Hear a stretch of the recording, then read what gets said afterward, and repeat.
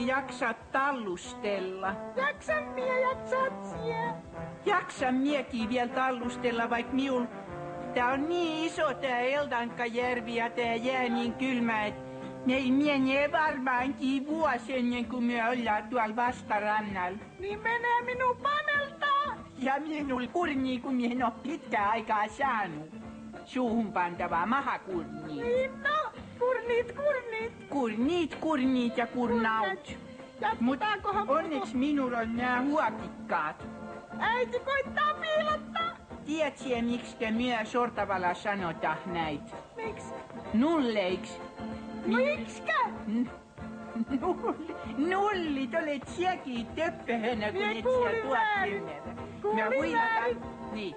Niin kuulit väärin. Mitä huilataan? Me vähän aikaa tässä patseeraillaan, seisoskellaan ja vetää henkeä. No vie ensin. Nythän me veettiin yhtä aikaa. Niin veetti. Hei. Kuule. Minä ojentelen vähän siu. Kato, miten sä oot ryysyläisen näköinen. Mie?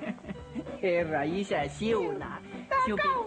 Siu pitää olla sotilaallisen näköinen. Rouva, te imetättekö teillä on nakki auki? Ei nimetä. Muuten hirveän iso kiviröykkiö tuossa. Niin on. Sieltä kuuluu Kuulet sen? Hei lokat, tulkaa tänne kiven taakse. Saatte rinkeliä. Elä helvetis me. Kuulit sie, mitä hän huus tuot kiven takaa tuot salske upseen. Kyllä mie mene, jos mie rinkeliin saadaan. Mie mä. Et sie mene. Mie mään ja mie tuon siltiin rinkeliin. Elli, älä mää. Kyllä tää liikka lähti ottele siellä siinä, mie mene. Elli! Juman kautta. Elli! Nyt se jätti minut tänne. Elli! Elli! Elli, tuu takaisin! Tuuta siellä vastakin takaisin, tuu! Mitä?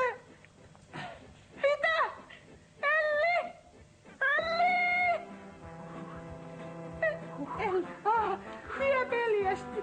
Tulithan se, missä se rinkeliit on? No tiiät sie. Vitut heil mitään rinkeli ollut, kunhan nusasivat vaan. Voi!